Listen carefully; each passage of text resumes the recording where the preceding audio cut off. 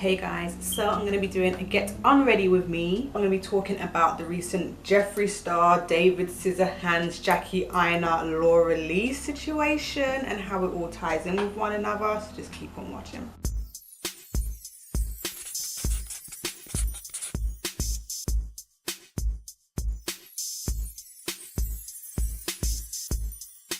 Okay, so David Scissorhands was Jeffree Star's hairstylist, and a few days ago, he brought out, I think it was a series of Snapchats or Instagrams or whatever it is, where he was basically saying that, you know, he has all of these texts from someone who is basically racist, and he goes on to show these messages, and he covers Jeffree Star's name, but the way he does the covering is that you see the J for Jeffree and you see the R for the end of Star, and how he's basically referring to Jackie Aina as a gorilla. Now and this was all because David Scissorhands was doing her hair, or was looking to do her hair, and was following her, and Jeffree unfollowed David because David was following Jackie, and it's just kind of like, all of this is just so petty, stupid, ridiculous. It's just like, oh, I'm gonna unfollow you because you're following that person. Like, why can't I, if I have an issue with you, why is it that somebody else isn't okay? It's not okay for somebody else to be both of our friends. That doesn't make any sense. Unless that person is going between the two of us and gossiping, you know, that's where I would draw the line. But if there's none of that going on, why is it that this other person isn't allowed to be my friend and your friend and for everything to be cool? That's the adult way of dealing with things, you would think. But clearly it's not always like that. People have too much time for the petty. So anyway, so allegedly he called Jackie Aina a gorilla, and now it's up for debate. Oh look, I've got a huge spot. I've been breaking up because I've been eating so much rubbish, and I'm still gonna eat it, I don't care. And people are now trying to speculate as into whether or not these messages between him and Jeffree are real, because people are saying the way that he went about exposing these DMs, messages, whatever, is really shady. He was saying for the first 200 people who subscribe to his YouTube channel, or when he gets 200 subscribers on his YouTube channel or whatever, he will bring out a video exposing it all. And that didn't happen because he's got over 3,000 now, and he hasn't made a video up until now. So it's just kind of maybe he has been not shut down.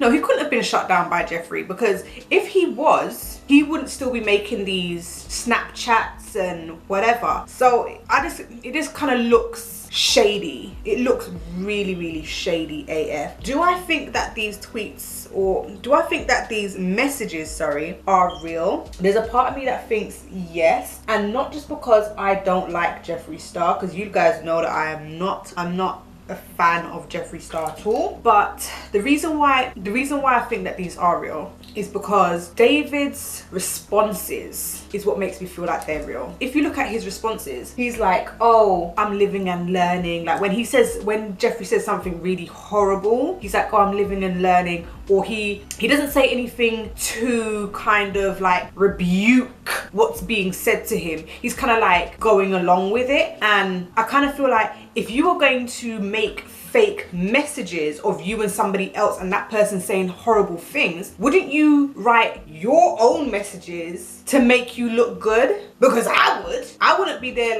oh yeah, okay, or yeah, I'm living and learning, when you go and say something horrible and disgusting like calling a black woman a gorilla. I'm not gonna do that. So I think that those messages are real, and I think that his responses and his reaction was that of how he felt at the time. I just feel like the way that he's going about this expose or whatever is very, very shady though. Even though I don't like Jeffree, I have to call a spade and just call it what it is.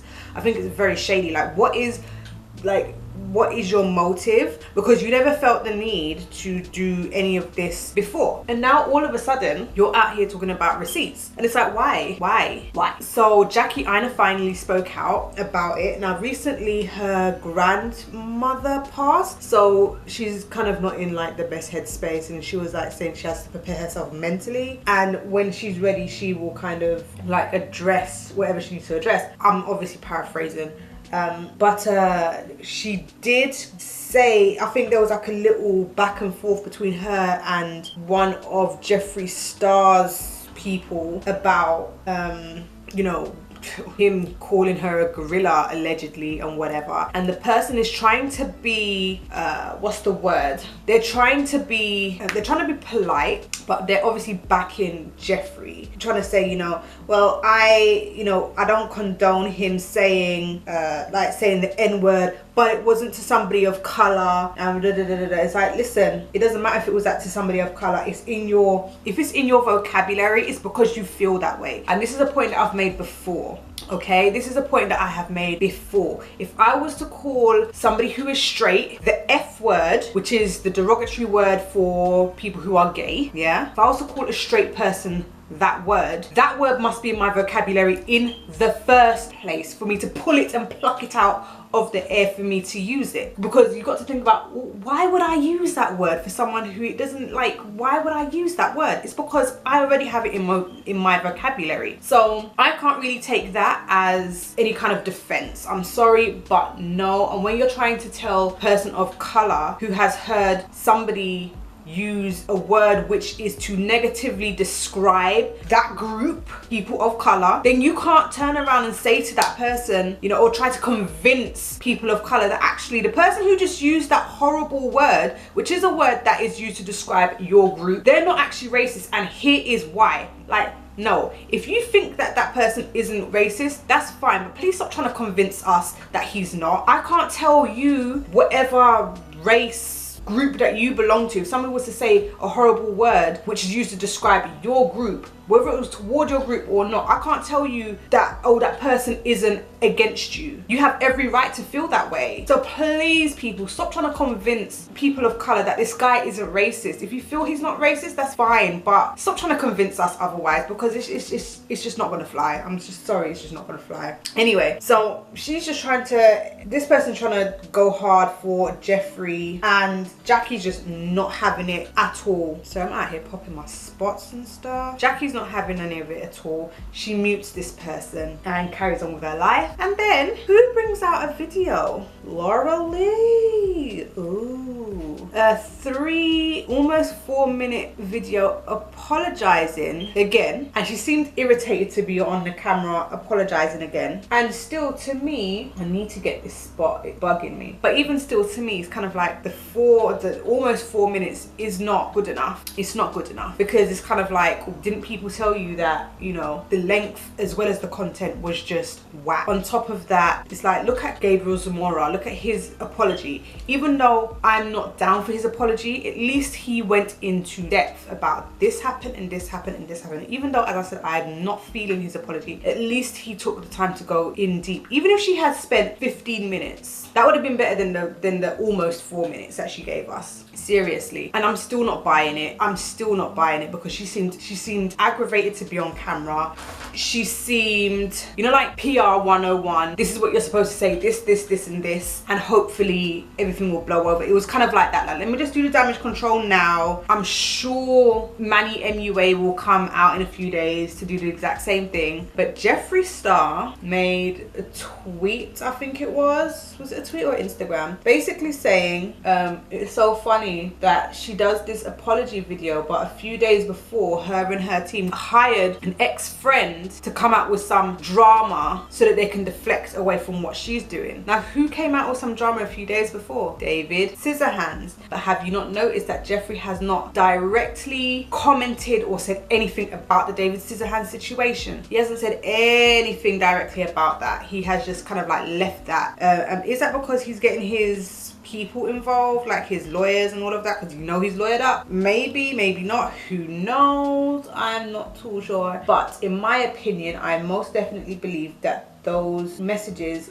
are probably real, because I don't see I don't see somebody exposing themselves for responding in the way that he responded. If I was to make a fake message, I would have been like, who are you calling gorilla? Why are you calling her a gorilla for? You're racist, this, that. And I would have gone in on him. I'm well known for going in on people, but I would have gone in on him in this message if I was making a fake message or whatever. So why didn't he make himself look better in that respect? Like, he made himself look like he was just someone who was following rather than someone who was against that. But now you want to call him disgusting, and he also called his own responses disgusting. So it's like, honey, you can't backtrack on that now. I'm sorry, but I'm looking at David Scissorhands with the biggest side eye. Like, my eyes are gonna roll to the other side of my head, because like, I'm looking at him and giving him the biggest side eye, like, no. Anyway, tell me down below what you think. Like, do you think that these messages are real? Do you think that they are fake? Do you think that Law really hired him to do this? And then that makes me wonder, if he's been hired to do this and all of these messages are fake, then what was the real reason for their fallout? But even still, even if Law really did hire David Scissorhands to drum up all this drama, it doesn't necessarily mean that messages are fake. He could have just been saying, hey, well, I have these messages where he said this, this, and this on my phone. What do you think happened? I personally think that those messages are real, because David's responses, he could have done some better responses if they were fake. I wouldn't have made myself look like I was just going along with a racist. Get the hell out of here. Anyway, tell me what you think down below. And if you like this video, give it a thumbs up. Don't forget to subscribe, and I'll see you in the next one. Bye.